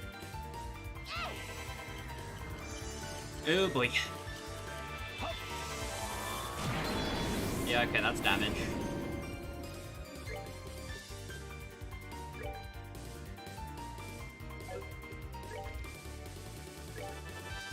I'm gonna La Tira and then Wild Rage. If I can get that crit with Agate, I should be good. I just need the Mama Frog to not do anything really annoying. And I think this wins the encounter. I hope it does. Come on, final break. Well, the big problem's dead. And I managed to get seal on everything else. Nice. Bonk. I deal 0 damage to that thing. Oh my god. That was terrifying.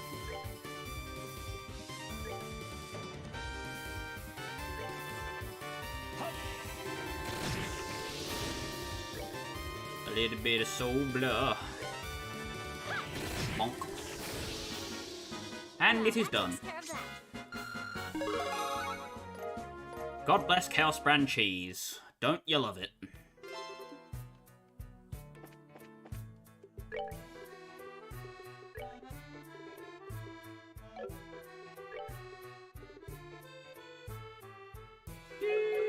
Alright.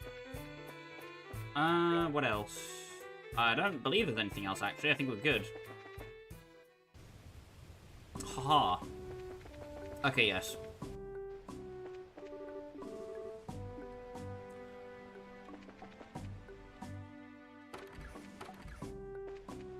If you come to notice, Ren has moved on from Airleton as well. Her family have gone further afield, it seems. The people here are still talking about the earthquake at Wolf Fort, so words seems to have travelled fast. Either way, we are AO good to move on out. You could get that chest with the anthill monster, but nah, I'm good. I'm good, thanks. I like my blood pressure where it is at the moment.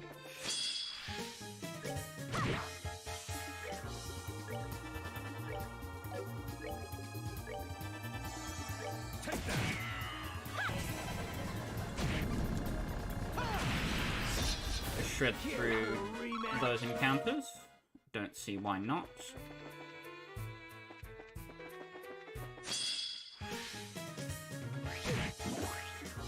Yeah, the gummy worms, or damp crawlers rather, can inflict speed down. Not fun enemies. Do not recommend.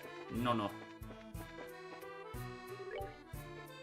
That one's gonna aggro on me as soon as I finish, isn't it?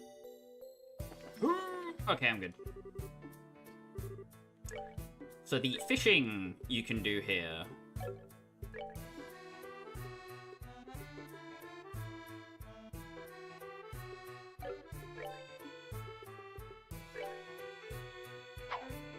I'm not sure if there's anything new here that we can get with our current fishing rods, unfortunately. There might be.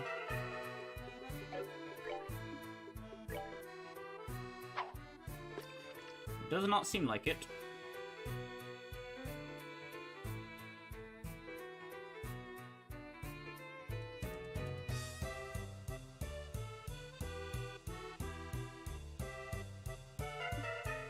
Nope. Looks like we're gonna need a new rod. Or some better luck. Not entirely sure where I can get better luck from though, huh? Anyway. No point in fighting these enemies if they don't actually fill the quest. Oh god. Please don't punish me, damn you! Bleh. Fine, I'll walk back and use the augment charging station.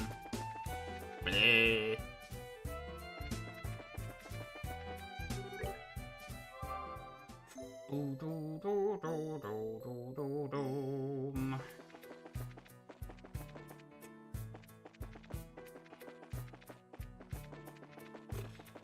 I believe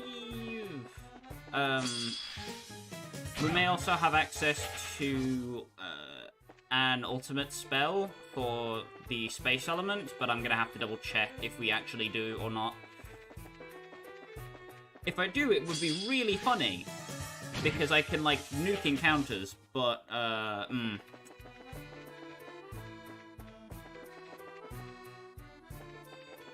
Faith on that one is currently out.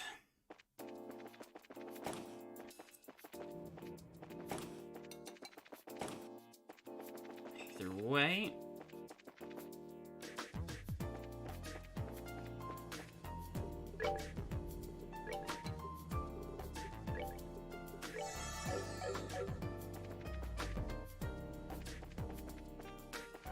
Let's go report to the guild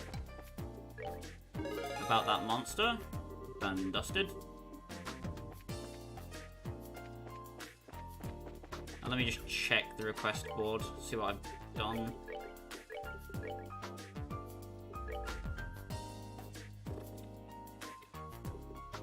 Training assistance is directly at us, so God, I wonder who that's from.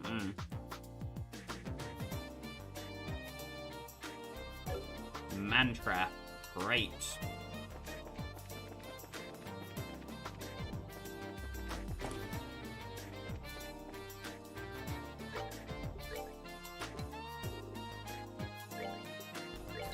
And I want to buy that second attack too. And now we're retooling Olivier again.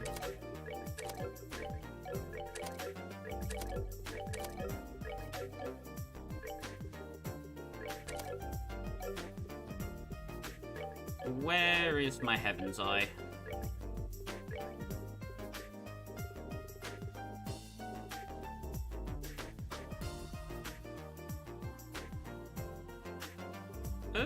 What am I using it for?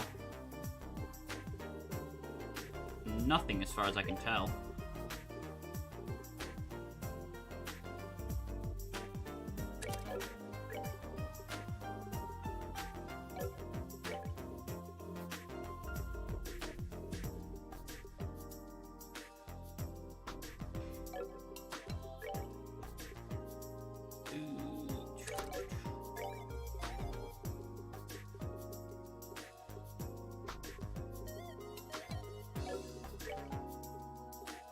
You can get Tyrol, which is funny, but ultimately not very cool or useful.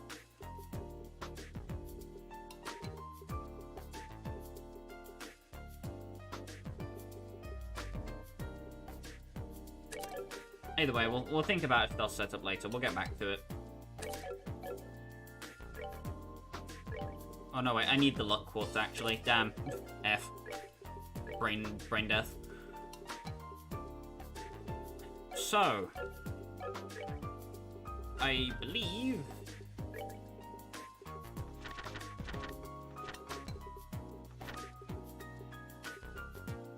Arc Prominence isn't actually 10, it's listed incorrectly. Arc Prominence requires 14 fire quartz, not 10. I made that mistake on my first playthrough as well, going, why can't I use it yet? It's because it's incorrectly listed. I think I can get Lost Mobius. I could be wrong, but I think I can.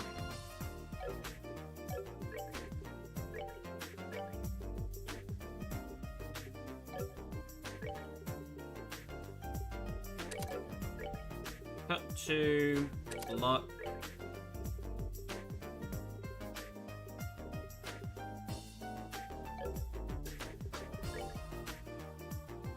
Heaven's Eye.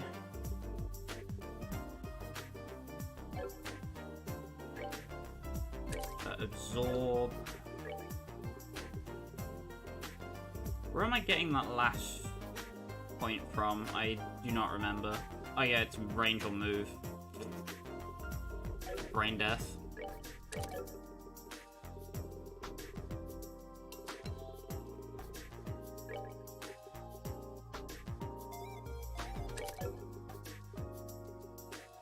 Damn, I'm short.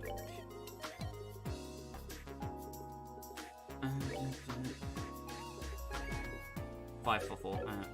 Okay. So we're close.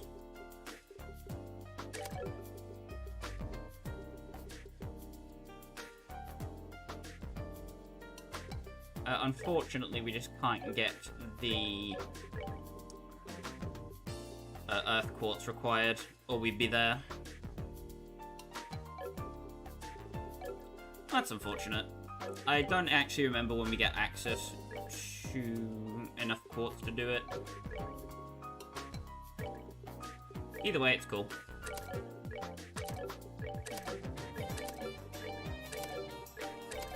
Because I still need the Heaven's Eye anyway.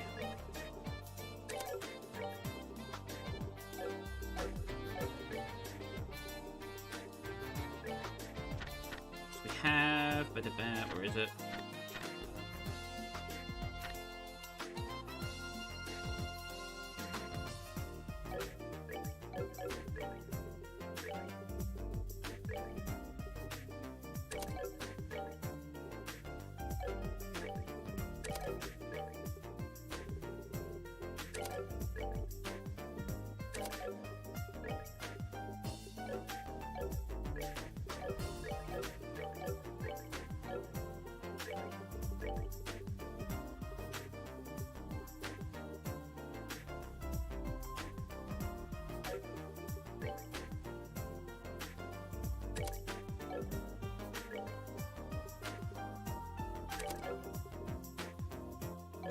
Yeah, there's White Gehenna.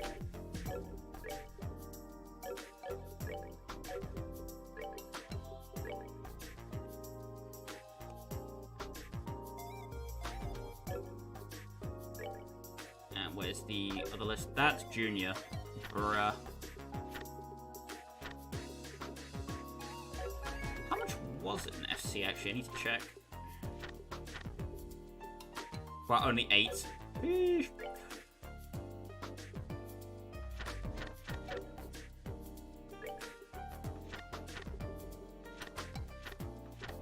Where the hell is this damn spell?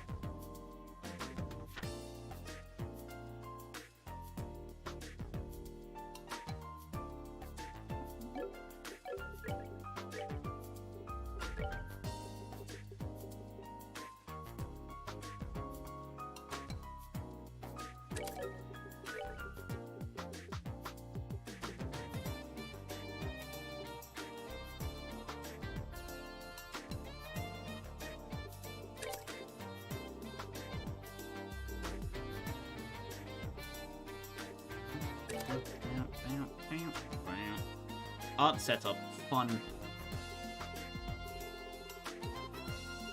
My favorite part of playing the game, haha.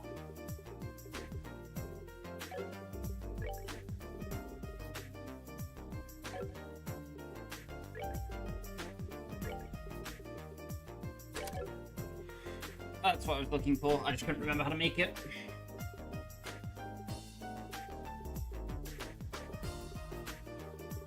So this is a more defensive Olivier setup with access to White Gehenna for offense. This is really only thing that he can do, but meh.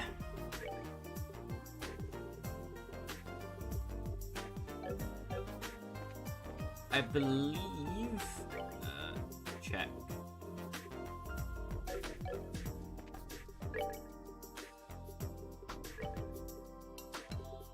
Yes, you can get access to Death Green, but the EP cost is so not worth it that it's honestly not even a consideration. The 20% chance insta-kill to all foes can be useful if you're safe scumming Shining Palms, but that's safe scumming Shining Palms. So at that point, are you really playing the game? Yes, yes you are.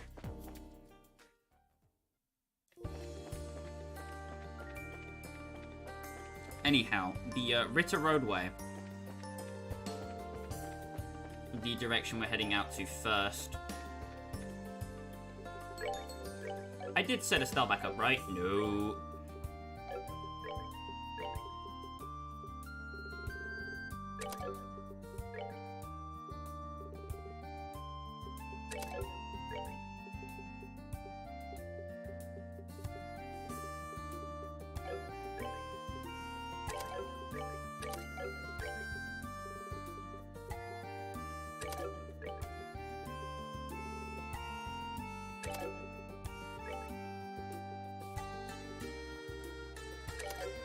go.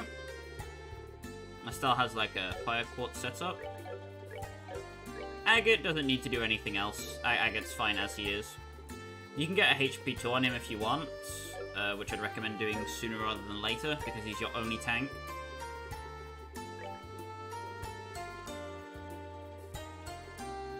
If you could get away with taking the HP 2 off of Chloe, I would, but alas, it is not meant to be. Also, War Mantis. A giant praying mantis swings poison scythes and focuses its attacks on its chosen prey.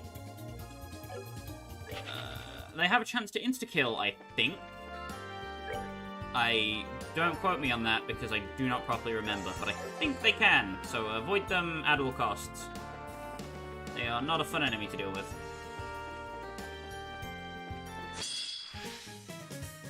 But provided you have had that conversation with Rudy, you should come out here now. As the training quest needs to be taken care of immediately, unfortunately.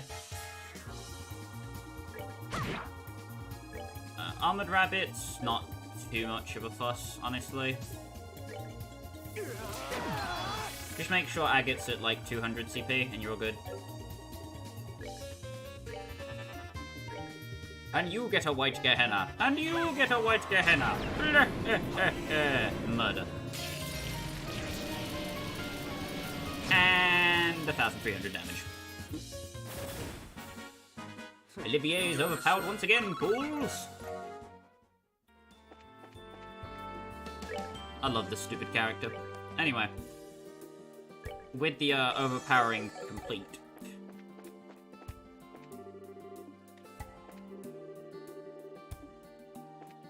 It's worth your time to go over to Sanctum Gate. We'll be going over there later anyway, but I think it's pertinent to head over there. I'm so sorry. Oh my goodness. Well,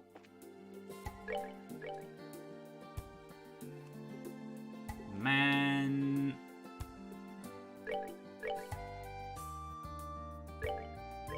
Why am I so bad at, you know, calling out baloney and then getting caught in said baloney?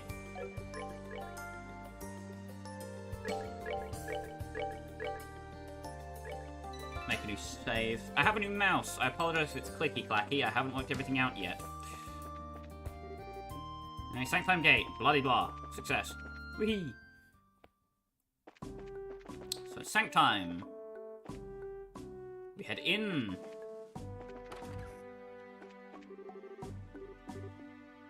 Bishop, nobody wants to talk to you yet, so you're useless to me, Mr. Bishop Man. Bishop Van. Where is your kitchen? Where the hell is your kitchen? There's your kitchen. Macho meat stew is a new recipe. So is passion omelets.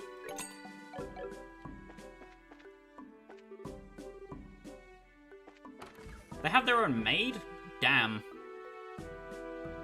Soldiers of Sanctum Gate living good for real.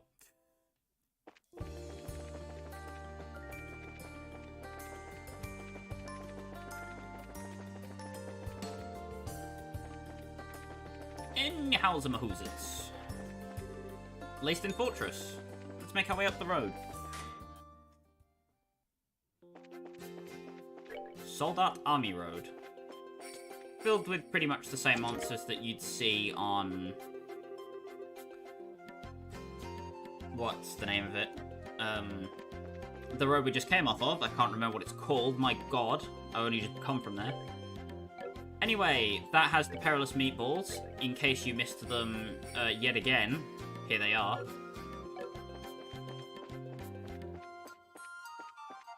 There is one new enemy, however. Creepy Sheep and Pink Sheep. Both drop the same items. Both are weak to burning alive. Not much difference there, I'll be honest. Except the Creepy Sheep are more aggressive. Anyway, looking to get another empty chest, you wonder who leaves all of these lying around unlocked. That is an Impy 2 for free!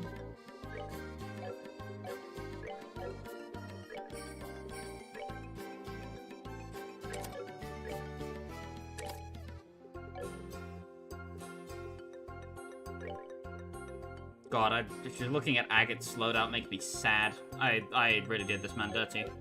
Huh. Ah! Crap. As long as Chloe doesn't die, everything is fine.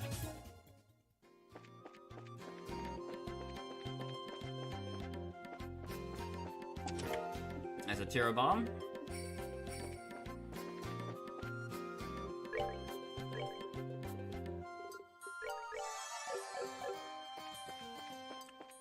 Making our way up the road. Another war mantis. Ah, here they are. Grasshoppers. Drop river bugs. Another form of bait.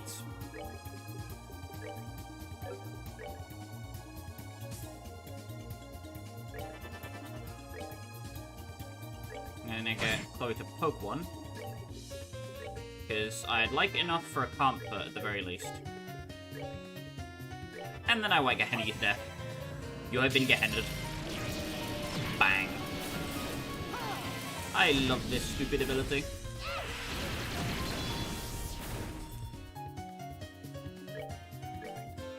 Anyhow. Bonk. Well, that takes care of that. Yes, indeedy. Another chest in this corner. Curia bomb. I don't think there's anything hiding behind you. And Leyston Fortress. There's a fishing spot here. Don't remember what you can catch, so I don't think it's important.